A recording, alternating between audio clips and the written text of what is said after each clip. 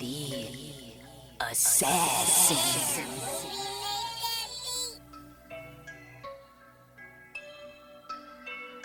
You know I break necks, call me Jack Tate. I have no regrets while your life is fading. I'm a crazy fuck equivalent to Satan. When I'm behind the mic, I feel like the greatest. You know I break necks, call me Jack Tate. I have no regrets while your life is fading. I'm a crazy fuck equivalent to Satan. When I'm behind the mic, I feel like the greatest. What up, y'all? You're listening to Sports Talk with Tropp, and I'm your host, Katie Tropp. Well, if you want to know what it looks like to see a team completely quit on their shitty-ass coach, just turn to last night's Thursday night football game, and you will see that. So it was the Los Angeles Chargers versus the Las Vegas Raiders last night. But I'm not sure the Chargers were aware that they had a game last night because at halftime, now last week, the Raiders couldn't manage to score 1 point. They lost 3-0 to Minnesota last week. So there's no way the Raiders should be, blowing anybody out of the water, right? Well, at halftime last night, the Chargers were down 42-0. Yeah, that's right. I'll say that again. The Chargers were down to the Las Vegas Raiders, a team that scored 0 points last week, 42-0. I mean, the Raiders were scoring on every single possession, and it wasn't just offense that was scoring. Their defense was making some big-ass plays, too. I mean, it was an annihilation, and the Chargers looked like shit.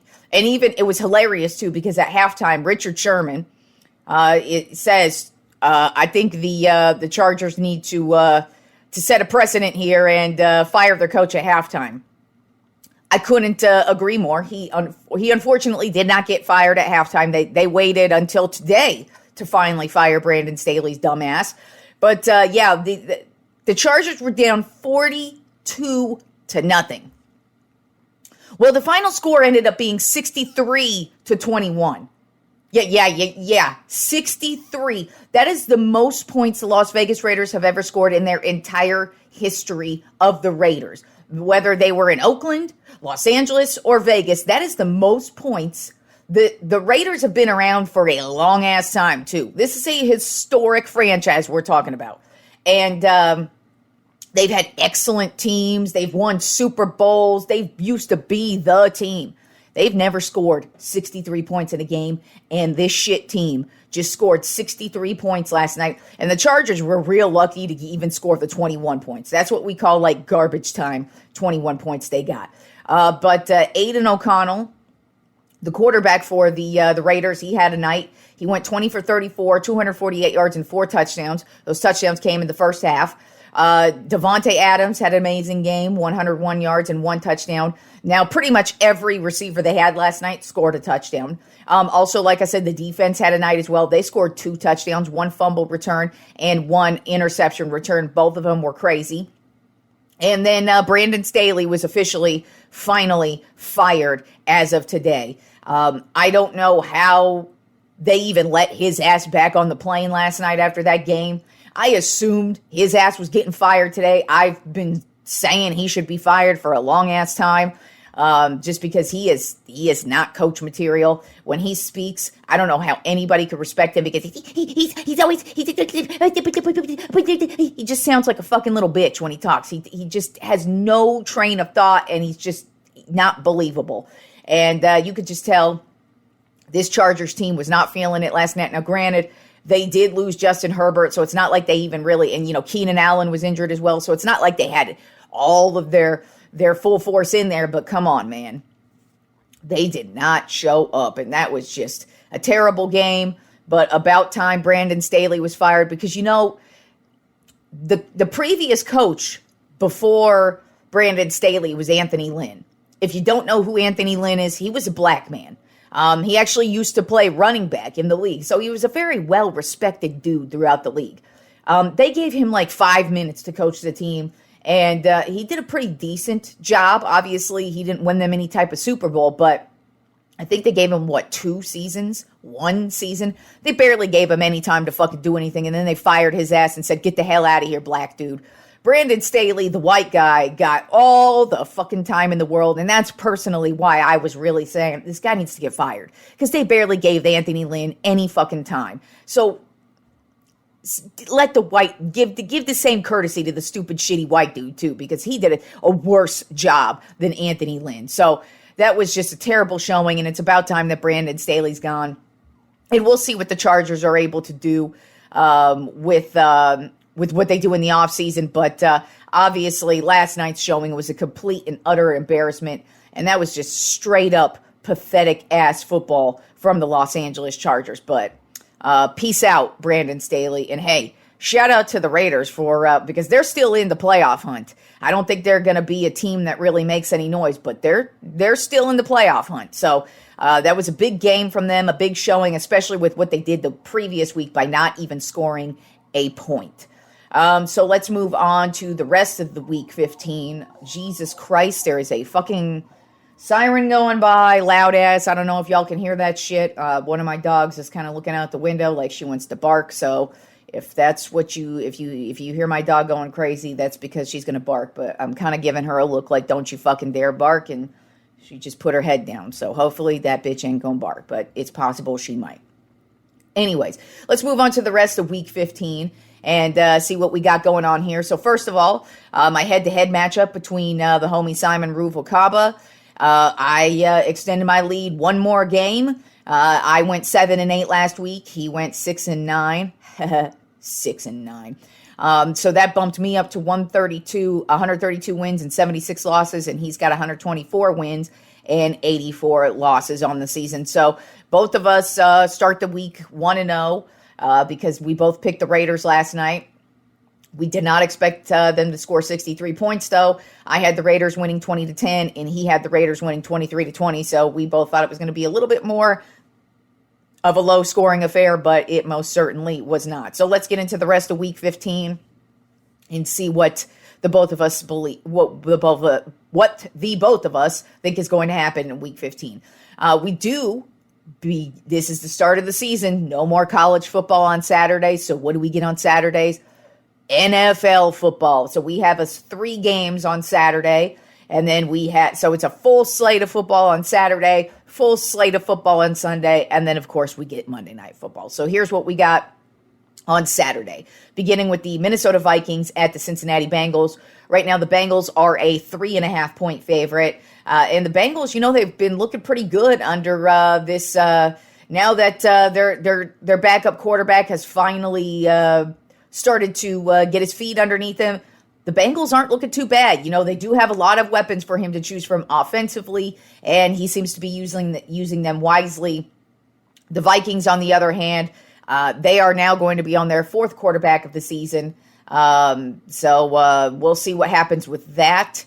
They do, it seems like Justin Jefferson is going to be playing this game, but to be honest, I don't think it really matters. The Bengals, they look like they seem to be playing better than the Vikings. The Vikings have been just up and down, and last week all they could muster up was 3 points.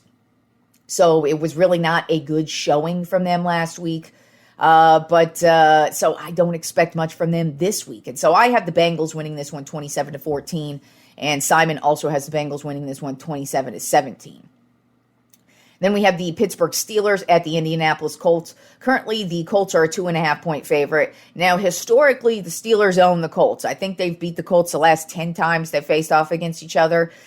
So the Steelers do have that going for them. But other than that, the Steelers are a garbage-ass team this year. And they have just been getting walloped these last couple of weeks.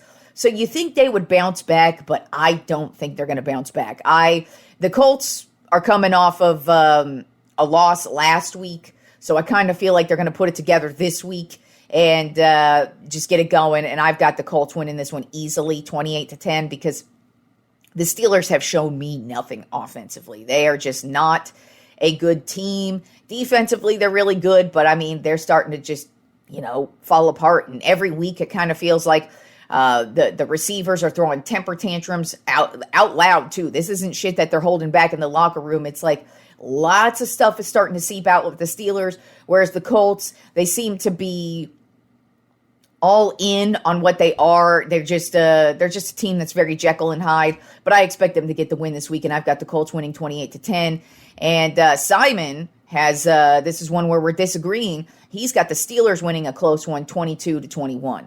Now, I wouldn't be shocked to see the Steelers, have a bounce back this week, but they just aren't doing well at all. And I kind of had the feeling the Steelers were going to start to fall off towards the end of the season.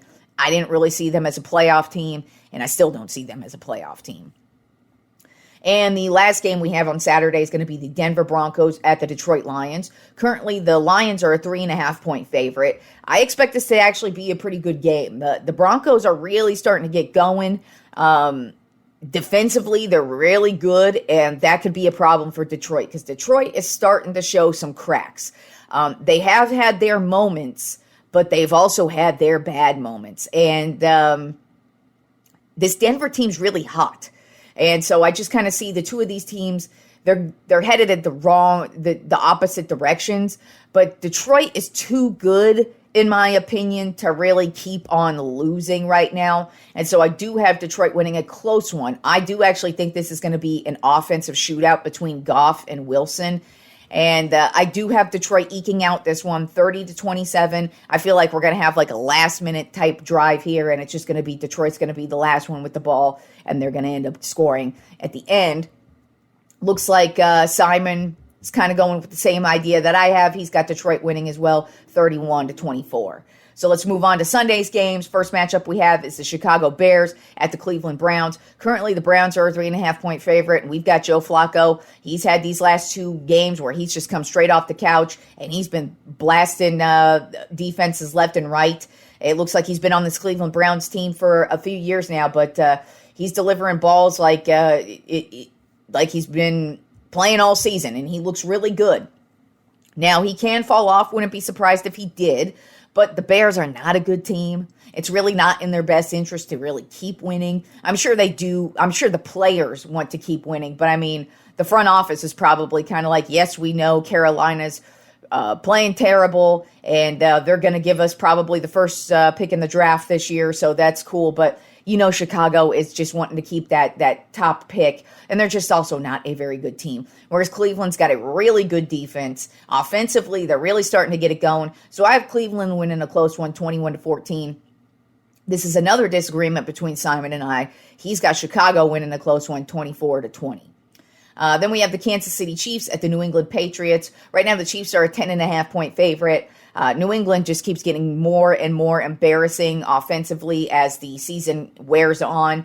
And the Chiefs, they have shown their cracks. They really just have not gotten it going offensively. So if they're going to get it going against any team, this is probably going to be the team to get it going against. I do have them dominating this game 28-10 just because New England's not good. There is nothing good going on with this team.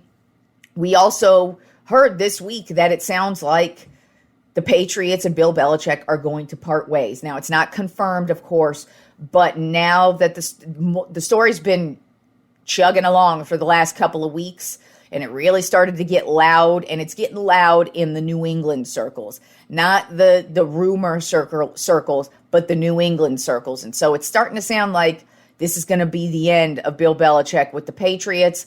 And so I just kind of feel like this game is not going to be good, just like the majority of the games haven't been for the Patriots. So I've got the Chiefs rolling 28-10, and Simon also has the Chiefs rolling 31-13. Then we have the Atlanta Falcons at the Carolina Panthers. Right now, the Falcons are a 3.5-point favorite. The Panthers haven't been able to get anything going at all offensively, but they don't have a lot of offense to go with. I mean, they don't really have any good receivers beyond Thielen. They don't really have a ground attack. The offensive line's not good. And then defensively, they're starting to get injured. They are good defensively, but the injuries are just starting to pile up. But they do have fight in them. And it's not like they're getting their asses kicked in every single game. And it's not like the Falcons are a really good team. The Falcons have been up and down all season, and they're not good on the road. So I'm going with Carolina in a close one, 23-21, I feel like we got a division matchup here. Two terrible teams. So I feel like this is going to be a good game. So I'm going Carolina 23-21. I'm kind of shocked here because Simon is a Carolina Panthers fan. I thought he was going with his team in this one. No, he is going with Atlanta. What's up, Simon? You going against your team this week? Or are you just trying to catch up? Is that what the deal is? I don't know. But he's going with Atlanta in this one, 20-14. Kind of surprised there because Atlanta's not that good. Why not just go with your boys? But I'm going with your boys this week. So you're going to fall even further behind, Simon, because you don't believe in your squad, homie. Just remember that. Just remember that. Anyways, moving on, we've got the Tampa Bay Buccaneers at the Green Bay Packers. Right now, the Packers are a 3.5-point favorite. They are coming off of that terrible loss last week to the Jets. Of all teams, they really made little Zachary look like a really good quarterback last week. Tampa Bay has just been a really bad team this year. They started off the first month rocking and rolling, and then now they are just not good. Now they're going to Green Bay. I feel like Green Bay's coming off of this loss. They're going to put together a good game this week that just put a bad taste in their mouth. I feel like their defense actually are some really hard-ass hitters. Like, watching this Green Bay defense, they will smack you in the mouth. So I just kind of feel like that's what this game's going to be all about. I feel like the defense is going to smack Tampa Bay in the mouth. The Green Bay offense is just going to put together a nice, solid game here. I do think it's going to be close because Tampa does have some fight in them. But I've got Green Bay winning the close one, 24-20. And Simon also has Green Bay winning a close one, 27-24. Then we have the Houston Texans at the Tennessee Titans. Right now, the Titans are a 2.5-point favorite. They're coming off of this big win they got over the Miami Dolphins on Monday night. And the Houston Texans, it's looking like more and more like C.J. Stroud is not going to play. It doesn't look like he's come out of concussion protocol just yet. And so when it's Friday, usually if you are not out of concussion protocol, you are not going to be playing. So I'm not expecting to see C.J. Stroud in this one. But overall, the Houston Texans, they do have a really good mentality. This is a division matchup. Tennessee's coming off of that big win. I feel like they're going to be feeling themselves in this one. So I've got Houston winning. Even though there's no Stroud, I'm still going to the Houston side of things. Their defense is playing well. This is a division matchup. And I'm just kind of feeling like both of these teams are Texans are coming off of a loss. Titans are coming off of a win. I just kind of feel like the opposite's going to happen this time around. And I've got the Texans winning a close one, 24-17. And Simon also has the Texans winning a close one, 24-23. Then we have the New York Jets at the Miami Dolphins. Right now, the Dolphins are a 13.5-point favorite. The Dolphins are coming off of that big loss, and we're not sure if Tyreek Hill's going to play. And if he does play, how effective is he going to be? I'm going into this game just with the Jets are not good. Yes, they played great in the second half last week, but the first half, they did not look good. And so the Jets, they're just not a good team. The Dolphins, they have a lot to fight for, playoff positioning. They still have not got their division on lockdown. Buffalo is right on their heels, believe it or not. So I feel like Miami really needs this win. They're coming off of the loss. So I've got Miami blowing out the Jets 27-13. And what do you know? Simon's also got the Miami Dolphins blowing out the Jets 27-13. So we got the same score in that one. Then we have the New York Giants at the New Orleans Saints. Right now, the Saints are a 6.5-point favorite. The Giants are on a little bit of a winning streak here. They're starting to feel themselves.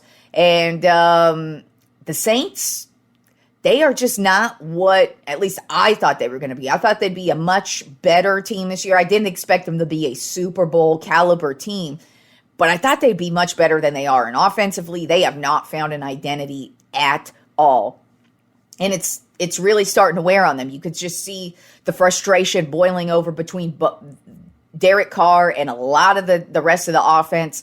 So who knows if that's going to be a problem. But I just kind of feel like the Giants are not a good team at all. And the Saints, they are coming off of a pretty bad game last week. So I do have the Saints bouncing back this week and winning 23-13. And this is one disagreement that Simon and I have this week. He's got the Giants winning 27-24. So we'll see what happens there. Then the late afternoon games, we have the Washington Commanders at the Los Angeles Rams. Right now, the Rams are a 6.5-point favorite. Washington has just been one of the worst teams in the league this year. They've actually been playing what I would refer to as forgettable football because I've pretty much forgotten that they've existed all season long. And they're in the Cowboys division, but to me, they're not a threat to anybody. Now, they did play the Eagles well, so I am rooting for them to hopefully at least beat the Eagles in the coming weeks because I know the Eagles have to play them, and I need the Eagles to keep losing for the Cowboys to hopefully win the division, and they got to keep winning. But Washington has been very, very forgettable. The Rams, on the other hand, they are really starting to take off offensively. Now that they are getting healthy, they got Puka Nacua playing great. You got Cooper Kupp, who's healthy, playing great. His last couple of games, he's been looking like Cooper Kupp yet again. And then they've got the rookie in the backfield, Kyron Williams, who's really playing well. Stafford still looking solid. So I've got the Rams blowing out Washington 31-10. Simon also has the Rams blowing out Washington 24-9. Then we have the San Francisco 49ers at the Arizona Cardinals. Currently, the Niners are a 13.5-point favorite. And, the Niners have been blowing everybody out. The Cardinals are terrible. So what else do you expect in this game? I expect a Niner blowout, 38-20. And Simon's expecting the same thing, a Niner blowout, 48-10. Then we have my Dallas Cowboys at the Buffalo Bills. Right now, the Bills are a 2.5-point favorite. I'm expecting this to be a good game. The Bills are really, really fighting for their playoff lives. They definitely need the win to hold on to the wild card spot, but they are right behind the Dolphins. And if the Dolphins keep fucking up here, Buffalo's right in line to get their division. And so Buffalo's got a lot to play for. Now, offensively, there are a lot of questions with them. Josh Allen has been a turnover machine, and they just really haven't been explosive at all. Defensively, they've really been locking it down, and the Cowboys have just been playing outstanding football the last couple of months, really. And they're on a 5-game winning streak right now. Dak's playing the best football of his career right now.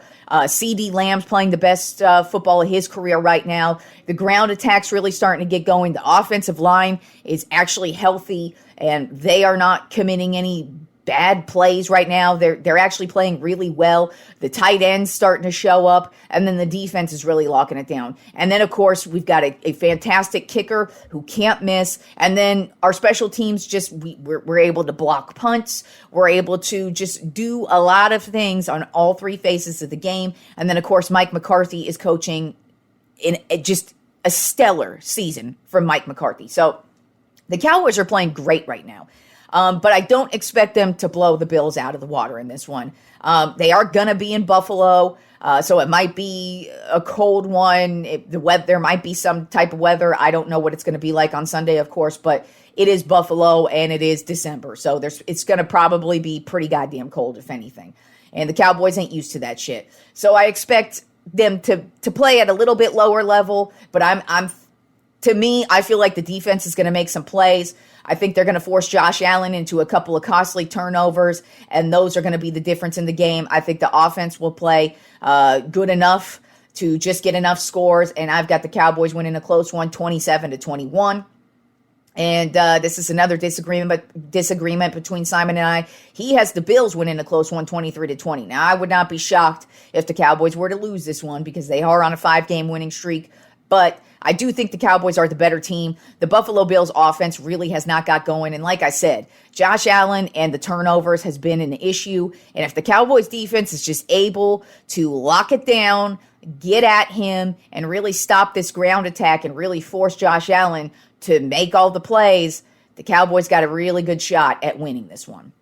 Then for Sunday Night Football, we have us a doozy. We have us the Baltimore Ravens at the Jacksonville Jaguars. Right now, the Ravens are a 3.5-point favorite. The Ravens, to me, look like the best team in the AFC. The Jaguars, there are so many questions with the Jaguars. I mean, once you start believing in them, that's when they start falling off. So I don't know what to expect from this team.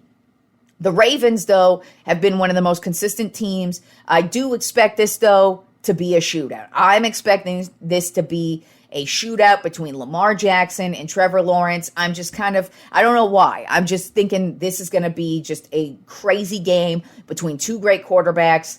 But I've got the better team winning because I think the Ravens defense is one of the best in the league.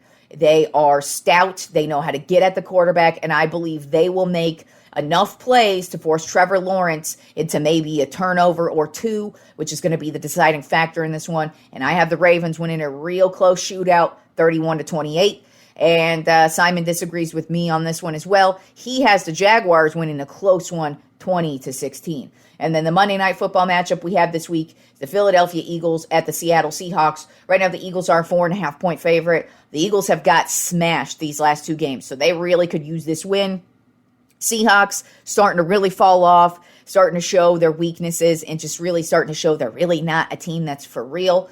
And I think that's going to continue into this week. I think the Eagles are going to put together a good, solid game this week. We all know they're not a shit team, even me. I know they're not a shit team. I will be rooting for Seattle in this one because, like I said, I want to see the Eagles keep on losing, but I don't think that's going to happen in this one. I feel like the Eagles are going to put together a good game defensively, offensively, and I think they're going to pretty much dominate the Seahawks in this one, 28-17.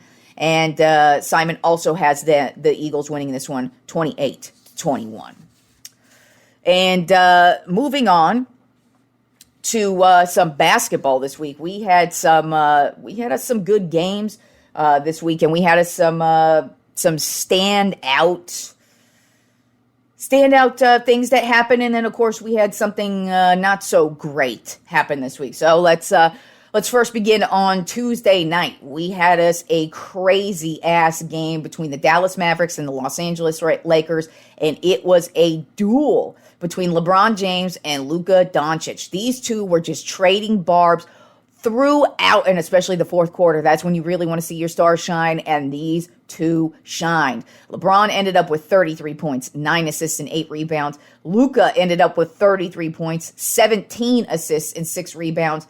And Luka got the better of LeBron in this one. The Mavericks ended up winning a close one, 127-125. It was an insane game, and it was just crazy to watch these two just battle it out, and they were just giving it all on the court, and that's just what you want to see from the two star players of the league. You want to see a battle like that, and it was a battle. Like I said, Luka got the better of them this time, but it was a great game. The same night, Tuesday night, Draymond Green, man, he is, we'll say he's having a season. I love Draymond Green. As a matter of fact, I've mentioned it many, many times on this show how much of a fan of Draymond Green I am. But this was a very disappointing thing to see from him. So the Golden State Warriors were playing the Phoenix Suns on Tuesday night. On an inbound pass, Draymond Green ends up basically slugging Nurkic of the the Phoenix Suns, and it wasn't a slap. Everybody's calling it a slap. Nah, he had a fist, and he didn't straight up punch him, but he fucking knocked his ass out. And he says it wasn't intent. There was no intent behind it, but come on, man, it was not a good look. We'll say that. I can't call intent on that shit, but it was not a good look. And we all knew a suspension was coming because, for one, Draymond already has been suspended for getting in that scuffle earlier in the season with Gobert of the Timberwolves, where he got him in a headlock, basically. So he already missed a few games for that. He's actually missed quite a bit of this season already. And, you know, throughout his career, he's been known to be the dirty player. Now, when I call you a dirty player, I've said it many times. It's not a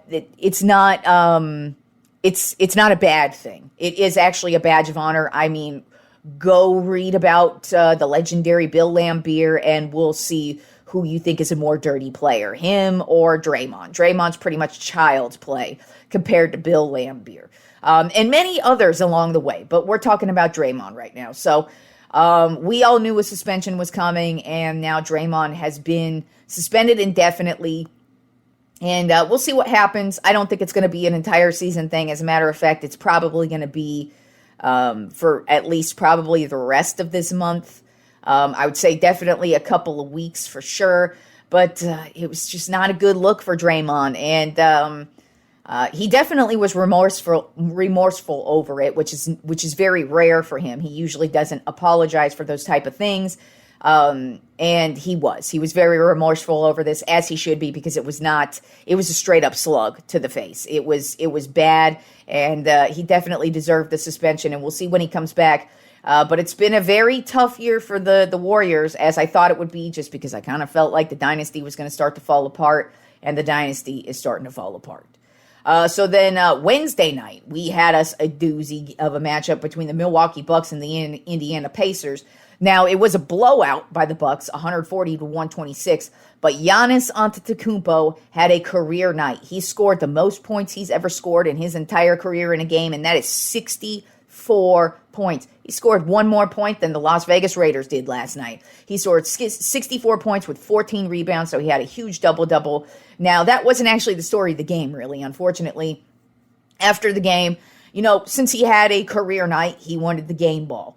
Well, the Indiana Pacers decided to be really petty about this, and they took the game ball. And there was a little bit of a scuffle in the hallway on the way back to the tunnel. They ended up giving him a ball, and during his press conference, he basically said, "I don't really believe it's the game ball. It doesn't feel like it's the game ball. As a matter of fact, it feels like it's too new to be the game ball, but whatever." So what turned out to be, was supposed to be a great night for Giannis, turned out to be a really stupid night from the Pacers by being petty. But, hey, Giannis still scored 64 points, and y'all still got trounced.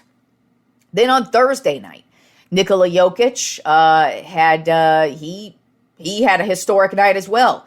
He became the first ever player to have 10 or more triple-doubles in 7 consecutive seasons, because last night, in a huge win for the Denver Nuggets, 124 over the Brooklyn Nets, 101, so a ass smashing. He had a triple-double last night, 26 points, 15 rebounds, and 10 assists. So it was a huge night for him, but a historically huge night for him, where he became the first ever player to have 10 or more triple-doubles in 7 consecutive seasons. That just goes to show you, not only is he fantastic as a player, but he's extremely consistent. He could do everything. And Denver Nuggets, man, they lucked out with this dude. Just because from where he came from, he was a second-round pick. He wasn't supposed to be shit, and now he's arguably the best player in the league right now. And now, let's get to a little bit of more baseball news. I was pissed off that the Dodgers got Shohei Ohtani, and now I'm even more pissed off because the rich get richer. The Dodgers have officially traded for Tyler Glasnow, the starting pitcher from the Tampa Bay Rays. Glasnow has had his injuries over the years, but outside of his injuries, he's actually one of the best pitchers in the league. He's a very consistent and a very good pitcher. So the Dodgers just got even better by trading for Tyler Glasnow, and I am fucking pissed off about it, and I'm sick and tired of the Dodgers just getting better and better every single year. But you know what? They still don't win championships, but that's the moves they've made so far this offseason. It's kind of hard to argue against what they're doing, but it really, really fucking pisses me off. All right, now let's get to this week's Tropp 5 list. I decided to do a little bit of topical since I mentioned Bill Belichick may no longer be the coach of the New England Patriots next year. I decided this week's Tropp 5 list would be the Tropp 5 greatest NFL coaches of all time.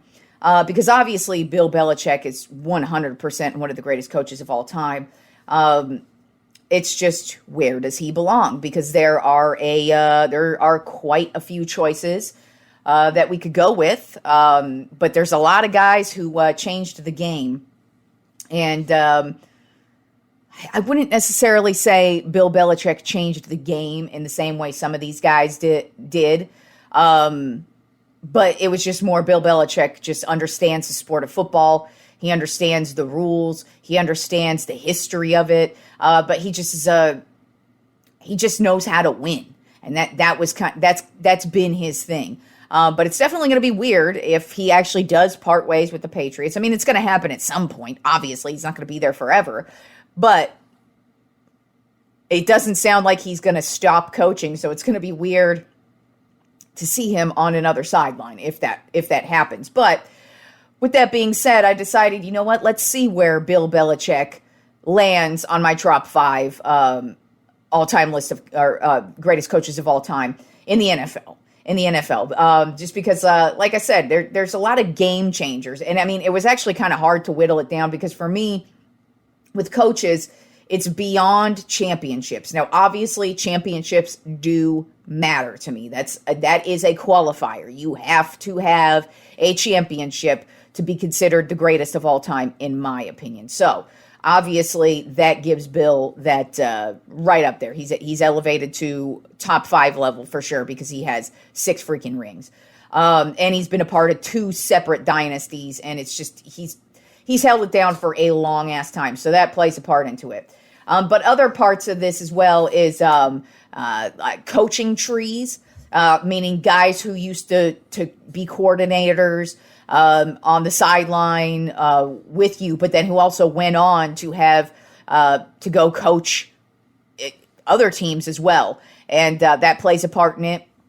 And then also some of these guys, they created things in the sport that still happen to this day, meaning just like certain styles of defense or certain styles of offense, certain ways we play the game still to this day, they play a huge role in it. So this is my top 5 greatest NFL coaches of all time. So let's begin with number 5.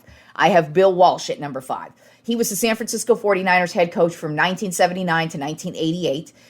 His record for that 10 years was 92 wins, 59 losses, and 1 tie. And then in the playoffs, he went 10-4. So that's an amazing record to have there for both the regular season and the playoffs. He won 6 division titles as the Niners coach. They went to 3 Super Bowls and won all 3 of them. He is a member of the Pro Football Hall of Fame, the class of 1993. He was also the NFL 100 all-time team in 2019. But really, the thing about Bill Walsh for me is he created the West Coast offense, which is one of the most revolutionary offenses at the time, and it's still used to this day. As a matter of fact, that's what the Dallas Cowboys run this season. They are running a West Coast offense. So it's still in the league today. And that says a lot because, for one, that is the last time we really have added something new to the mix, like the West Coast offense, some type of different style of offense. And nobody had seen it at the time either. It was very revolutionary. And, I mean, of course, it helps having Joe Montana and Jerry Rice and some of the great players that they had throughout the history of time. But, I mean, it was so revolutionary. And like I said, it's still here today. But also the thing about Bill Walsh, his coaching tree is probably one of the deepest coaching trees you will ever find in the history of the NFL. So many great coaches spurred from him. I can't even begin to start because the coaching tree is so deep that to this day, there are still guys who, because basically the coaching tree works like this, okay? You were a coach beneath Bill Walsh and you worked for the 49ers. Then you got a job, and then you have coaches beneath you who ended up getting jobs and being successful throughout the league. So still to this day, there are guys connected to that Bill Walsh coaching tree that are still in the league and still doing well. So that really says a lot, that his DNA is just all over the league still to this day. He dominated. His team was a dynasty. And not only was his team a dynasty, but he was great at drafting as well. You know, he had Joe Montana. He had Jerry Rice. He had some of the greatest players of all time, and he was one of the greatest coaches of all time. Then at number 4 on my top 5 greatest NFL coaches of all time, Don Shula. He coached the Baltimore Colts from 1963 to 1969, and then he coached the Miami Dolphins from 1970 to 1995. He had a 33-year career in which he had 328 wins, 156 losses, and 6 ties. His playoff record is 19-17, so when you play in that many playoff games, that's what you're going to end up with, he had 16 division titles. He appeared in 6 Super Bowls with both of the teams, by the way. He won 2 of the Super Bowls with with the Dolphins. He's a Pro Football Hall of Fame member, class of 97, NFL 100 all-time team, and he's only ever had 2 losing seasons in his career. And he is the only coach ever to be a part of the only undefeated team ever. That was the 72 Dolphins. They went undefeated in the regular season. They went undefeated in the playoffs, and they ultimately went on to win the Super Bowl. Not only did they win the Super Bowl that year, but then their undefeated streak actually bled over into the following season. Not only would they have a good regular season, but guess what? They would go on to win the Super Bowl again. So he's won back-to-back Super Bowls, and 16 division titles. And really, the thing about Don Shula, all he did was win. That's why he's here. That's why he's one of the greatest of all time. It took literally, this is the year that finally somebody, Bill Belichick, was able to break the winning record and surpass him. Or no, he hasn't surpassed him just yet. But regardless, Bill Belichick's right on his heels. But that's what Don Shula did. Don Shula was Bill Belichick before we had Bill Belichick. So, and he was just so successful. He was excellent at finding talent as well. He had some of the most successful quarterbacks. He not only did he coach Johnny Unitas, but he actually played with Johnny Unitas too. He had Dan Marino, Greasy, and then, of course, just that entire 72 Dolphins team was just really fantastic and phenomenal. And Don Shula, one of the greatest coaches of all time. Then at number 3 on my top 5 greatest NFL coaches of all time, Bill Belichick. Now I know you say, Katie, how is he not number 1? Because everybody, for the most part, puts him at number 1. I'm going to tell you why Bill Belichick is not number 1 for me. Because Bill Belichick actually has one of the worst coaching trees. Bill Belichick is great at winning. He is the ultimate when it comes to winning Super Bowls and growing his own team. But when it comes to putting his fingerprint and his DNA throughout the rest of the league, he never invented something like the West Coast offense or the 4-3 defense or really had that type of influence on the league. Like I said, his coaching tree is terrible too. The only coach right now from the Bill Belichick coaching tree that's even doing halfway decent is Mike Vrabel. And P.S., he's not from the coaching tree. He's just an ex-player of his. He played linebacker in the first half of the Patriots dynasty. But what Bill Belichick has done can't be disregarded. First of all, he did coach not only the New England Patriots from 2000 to now, but he also started with the Cleveland Browns 1991 to 1995. Not such a good run for him there. But in his entire career so far, his record is 300 wins, 161 losses, so that's great. His playoff record, 31-13. How great is that? He's had 17 division titles, 9 Super Bowl appearances, won 6 of those Super Bowls. He's also a part of the NFL 100 all-time team, and he's just the most winningest coach ever. I mean, he's been a part of 2 dynasties, and it's just undeniable what he's done. Yes, he is falling off of the face of the earth right now, but guess what? That's happened to a lot of great coaches throughout the history of the league. And so you can't really discredit what he's done just because of these last few seasons have just been terrible for him. But I don't have him at number 1. And I know that's going to bug a lot of people because most people put him at number 1, but it's because they're only looking at the Super Bowls. Nothing wrong with that. But for me, the top 2 guys, their DNA throughout the league it's still here. I mean, hell, even the 2 guys previous, 4 and 5, Shula and Walsh. Like I said, Walsh still has coaches from his coaching tree in the league today. And Shula started this gangsta shit, so that's the motherfucking thanks he gets. Bill Belichick looked up to Shula, so you got to put Shula on the list. And, like I said, Bill Belichick hasn't revolutionized anything in the game. Really, the only thing he's revolutionized is giving you really vague answers in press conferences. So that's pretty much what he's revolutionized. But one of the greatest coaches of all time because he's a consistent winner. He has more Super Bowls than anybody, and that's really all he's done is keep winning, and keep winning, except for the last couple of seasons. Then at number 2 on my top 10 greatest NFL coaches of all time, Tom Landry. He coached the Dallas Cowboys from 1960 to 1978. In his 29-year career, he had 250 wins, 162 losses, and 6 ties. His playoff career is 20-16, 13 division titles, 5 Super Bowl appearances, won 2 of those Super Bowls. Member of the Pro Football Hall of Fame class in 1990. He was also NFL 100 all-time. Basically, the thing about Tom Landry and why he is ranked so high on my list is not because he coached the Dallas Cowboys. I know that's what you're thinking. Katie, you only put him there because he coached the Cowboys. No, it's because his DNA still runs through the league. Did you know he invented the 4-3 defense? That's right. He invented the 4-3 defense. The reason why he invented the 4-3 defense is because he could never beat the Green Bay Packers and Vince Lombardi. And the way Vince Lombardi ran his offense, it was through the running back. The running back. And Landry invented the 4-3 defense because he wanted, you needed more linebackers and more linemen to stop the running back. And so that's where the 4-3 defense came from. It became really prevalent throughout the league, and it's still here to this day. It's one of the most prominent defenses used to this day in the league. That's one of the reasons why he's ranked so high. Another reason why is the 4-3 defense became so good that he even needed to invent an offense to overcome the 4-3 defense because everybody in the league started using it.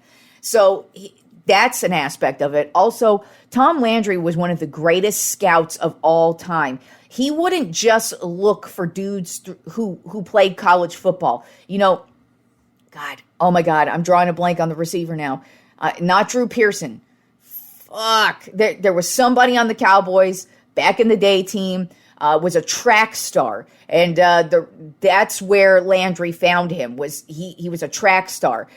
So that's kind of what Landry did, is he would find just great athletes who weren't just football players. He would look beyond football. And we got so many amazing football players historically who are current Hall of Famers because he was such an amazing scout, he himself.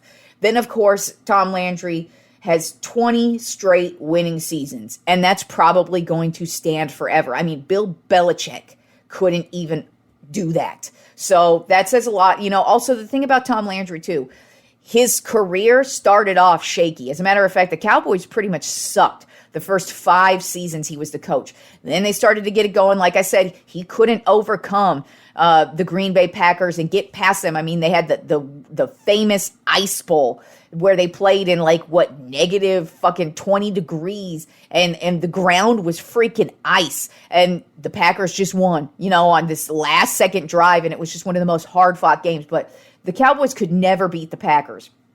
And that's why like I said, he created the 4-3 defense. But then he started finally getting them there. They finally got to the Super Bowl. They lost the Super Bowl. Then they won the Super Bowl. They couldn't overcome the Steelers. Then they finally did it. But then his career basically ended how Bill Belichick's career is ending. That's why I say, don't just look at what Bill Belichick's doing right now. Let's not discredit all the greatness that Bill Belichick has had, because even the great Tom Landry was fired by Jerry Jones when he took over the Cowboys. But Tom Landry is one of the most legendary figures that in the history of the NFL. His DNA is still felt throughout the league, and just one of the greatest scouts. And like I said, the 4-3 defense, we still use it to this day.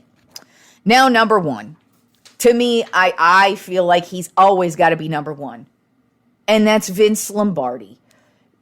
We have this game because of Vince Lombardi. The trophy is named after him. I mean, he died while coaching still. So we don't even know what more he could have done after, I mean, that's just how it is. But Vince Lombardi is just the greatest. Shit. Hang on a second. Sorry about that.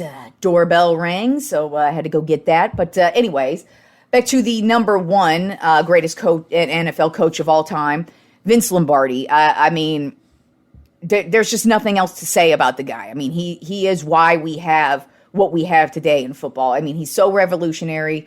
His coaching tree was amazing too. He coached some of the greatest Hall of Famers of all time. And he was just an all-around, actually, great human being when you actually read about him. So he coached the Green Bay Packers, of course, from 1959 to 1967. He also coached the Washington Redskins only in the 1969 season because, unfortunately, he would end up dying in 1970.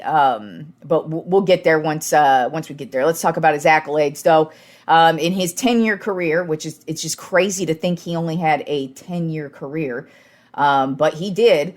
But the thing about Vince Lombardi, too, is that he came right into the Packers because the Packers were a terrible organization, actually, before they hired Vince Lombardi. They were not good at all. And he came right in and he said, you know what? You have to let me be the boss and in charge of everything. I need to make all the rules. I need to call all the shots. I need to make all the signings. And they immediately saw a turnaround in this team. And it's actually the same thing with the Washington Redskins as well, too. They were not doing well. He came right in and turned them right around. And they were actually on the upside of things right before he died. So in his 10-year career, he went 96 with 96 wins, 34 losses, and 6 ties. His playoff career is 9-1. Yeah, he went 9-1 in the playoffs. Now, you also have to think about and keep in mind, back in the day, they didn't play as many games as they do now, okay? They didn't play 17 games. They would only play like 10 games in a season. And then their playoffs weren't as long as ours either. So you have to take that into account as well, because I know a lot of people want to, add all the numbers up with everybody else and Bill Belichick, but Vince Lombardi was so legendary. In my opinion, I don't think you could put anybody above him. But that 9-1 playoff record, that's something else right there. He also had 6 division titles and then 3 NFL championships. That's before it became the Super Bowl, as a matter of fact, because the Super Bowl did not become the Super Bowl until 66, I believe, was the first year that we had the Super Bowl. So he actually won championships, and they were a great team before it became the Super Bowl. And then, of course, they won the first 2 Super Bowls. He is a member of the Pro Football Hall of Fame, class of 1971. As a matter of fact, they inducted him right after he died. He is also a member of the NFL 100 all-time team. And he never had a losing season in his entire career. So he had a total of 5 NFL championships, meaning the 3 NFL titles plus the Super Bowls. And that was all with the Packers. Like I said, with the Redskins, you don't know what would have happened because basically he was there the 1969 season. They had a solid season, looked like they were projecting to be something else. And then, of course, in 1970, I believe it was in April, he found out he had colon cancer, and then he died in September of 1970. So, I mean, it was quick. It was one of those quick type of things where he found out he had cancer, and boom. I mean, he was only in his 50s. I think he was, 52, 54, something like that when he died. So, hey, got to say, though, he died doing what he loved, though. I mean, he went right into it, and he was... He died while coaching, basically, still. But one thing that not a lot of people, which I think is very weird that they don't talk about, especially in this day and age, is Vince Lombardi was way ahead of his time when it came to discrimination. He was one of the first guys. You got to understand, when he coached the Green Bay Packers, it was in the 60s, okay? So this is like civil rights era. And there was only 1 black player on his team when he took over. And then after he took over, there were tons of black players on this team. And he made it very clear to all his white players, we are not going to discriminate. If I hear you discriminate against one of your guys, you call him the N-word or whatever the hell, you're off the team. He became the first to desegregate his teams, meaning he didn't separate his players when they were on the road. White guys in one room, black guys in another room. No, he intermingled them. And then also, when they were on the road, he would not stay at hotels that discriminated against blacks and would not let them in. So that was one thing. But then another thing, which I'm just always so shocked that is never anything that anybody talks about. but many gay players, yes, gay players in the 60s played for him and were out and open. At least with the team, they were out and open. Obviously, they weren't like, hey guys, gay guys here. They weren't doing that shit. But there were multiple gay guys who played for him, especially when he was with the Redskins. As a matter of fact, one of them was a tight end, I believe. I can't remember his name, but he flourished under him because he didn't care that he was gay. One of the reasons, though, why Lombardi did not care that he was gay is because Vince Lombardi's brother was gay. And so he already, is his brother. And his brother was in a relationship with a man, and he had no issues with it. So he made sure to protect. He would go out of his way to tell everybody, if you got a problem with these guys being gay, get the fuck off the team, is essentially what he would say.